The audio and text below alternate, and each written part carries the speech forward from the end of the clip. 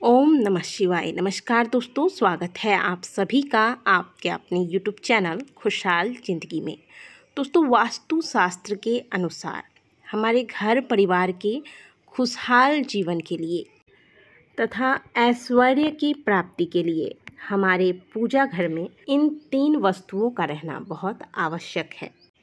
इन 3 चीज़ों को बहुत ही महत्वपूर्ण माना गया है। हमारे घर के पूजा स्थान पर इन चीज़ों को रखने मात्र से घर का वातावरण शुद्ध होता है, घर की नकारात्मक ऊर्जाएं समाप्त होती हैं तथा घर में सकारात्मक ऊर्जाओं का संचार होता है, जिसके परिणाम स्वरूप घर में माता लक्ष्मी का वास होता है।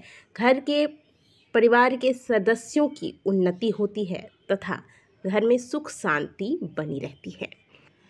चाहे आप कोई बहुत बड़ा अनुष्ठान कर रहे हों या छोटा अनुष्ठान हो या नित्य की जो आप घर में पूजा पाठ करते हैं, भले आप 5 से 10 मिनट की ही पूजा करते हैं, लेकिन इन्हें करने के लिए कुछ नियम हमारे शास्त्रों द्वारा बनाए गए हैं और इन सभी ज़रूरी नियमों का ध्यान रखते हुए ही हमें घर में जो भी छोटा बड़ा अनुष्ठान हो वो करना चाहिए। तभी हमारे द्वारा किए गए किसी भी पूजा पाठ अनुष्ठान का कोई अर्थ रहता है और इसका फल हमें प्राप्त होता है।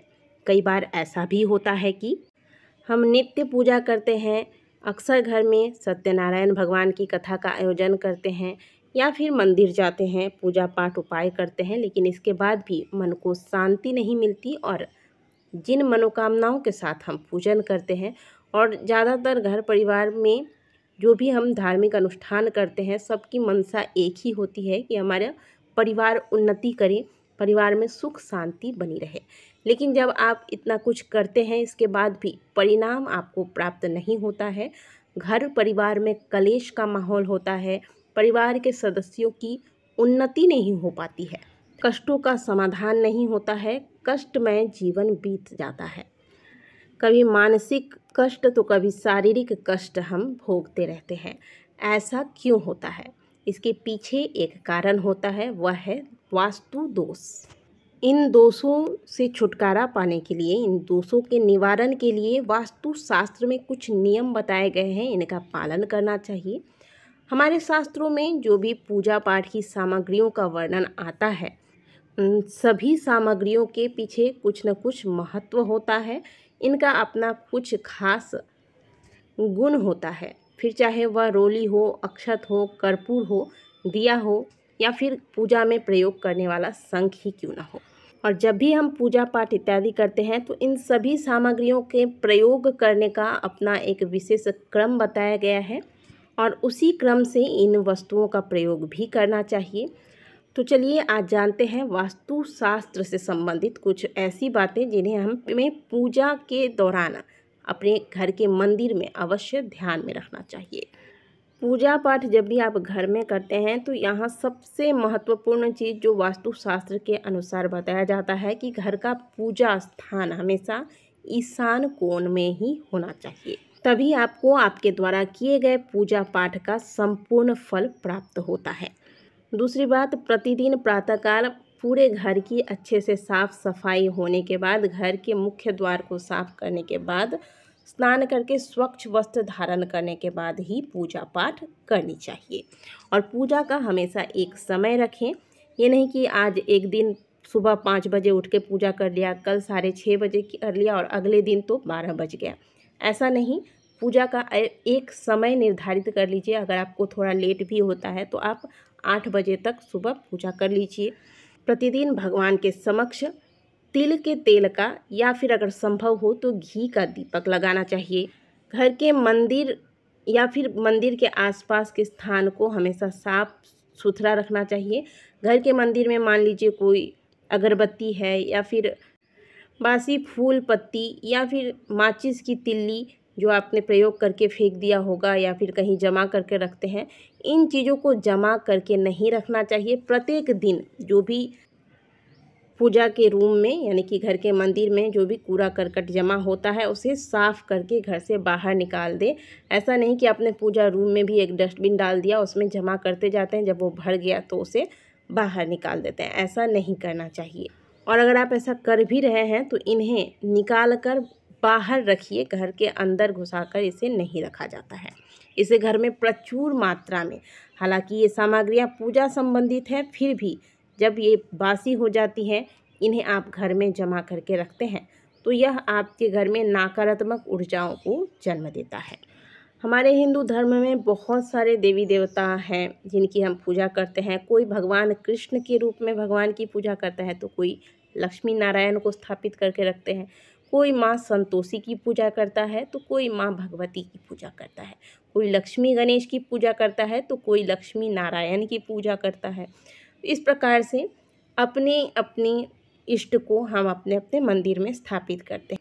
लेकिन कुछ ऐसे भी देवी देवता हैं जिन्हें घर के मंदिर में कभी स्थापित नहीं करना चाहिए, जैसे कि शनिदेव, नटराज, माँ बगलामुखी, शमशान काली या माँ मनसा।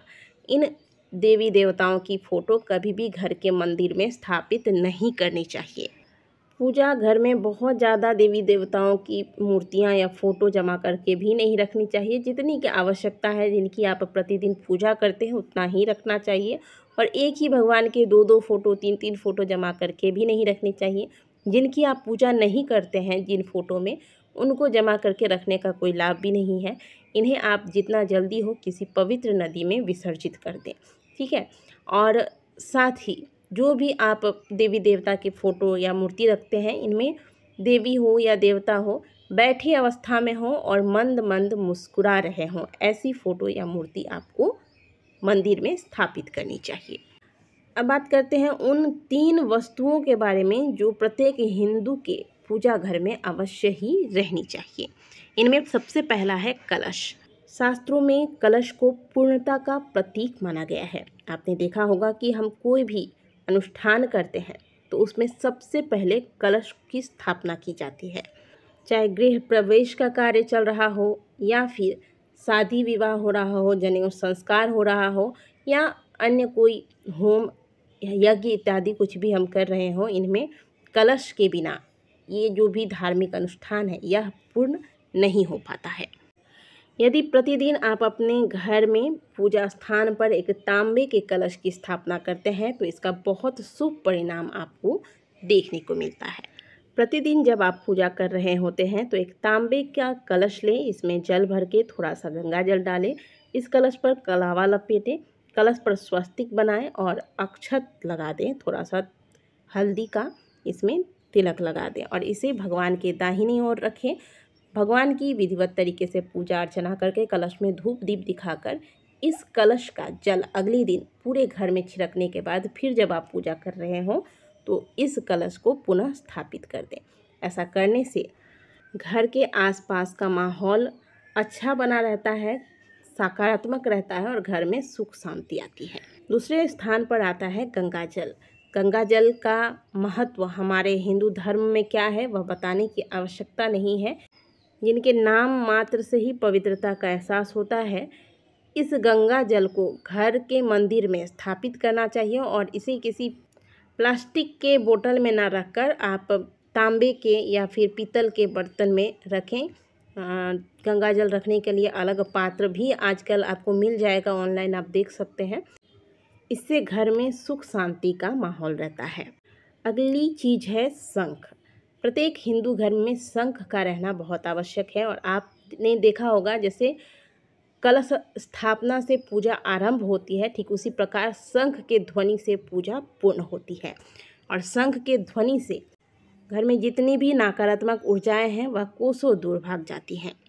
इसलिए घर में नित्य शंख की ध्वनि सुबह शाम होनी चाहिए और प्रत्येक घर में एक शंख तो अवश्य होना चाहिए और एक के अलावा 2 शंख घर में होना भी नहीं चाहिए, यह अच्छा नहीं माना जाता है। तो पूजा स्थान पर एक ही शंख रखें और इसे जब आप बजाते हैं तो बजाने के बाद पुनः इसे धो कर रखें। डायरेक्ट ज़मीन पर कभी भी शंख को नहीं रखना चाहिए। तो इसे आप एक पात्र अलग से प्लेट ले लीजिएगा या फिर किसी कपड़े में आप लपेट के रख सकते हैं। जैसा आपके यहाँ आपकी सुविधा हो उस अनुसार आपको शंख रखना चाहिए। तो यदि आपके घर में पूजा स्थान पर ये तीनों चीज़ें नहीं रहती हैं तो आज ही से इन तीनों चीज़ों को घर के पूजा स्थान पर स्थापित करें और नियम पूर्वक इन चीज़ों का पालन करें। आशा करते हैं कि दी गई जानकारी आपको अच्छी लगी होगी। वीडियो अगर आपको अच्छी लगी है तो वीडियो को लाइक ज़रूर कीजिएगा। मिलते हैं आपसे अगले वीडियो में, तब तक के लिए ओम नमः शिवाय, हर हर महादेव।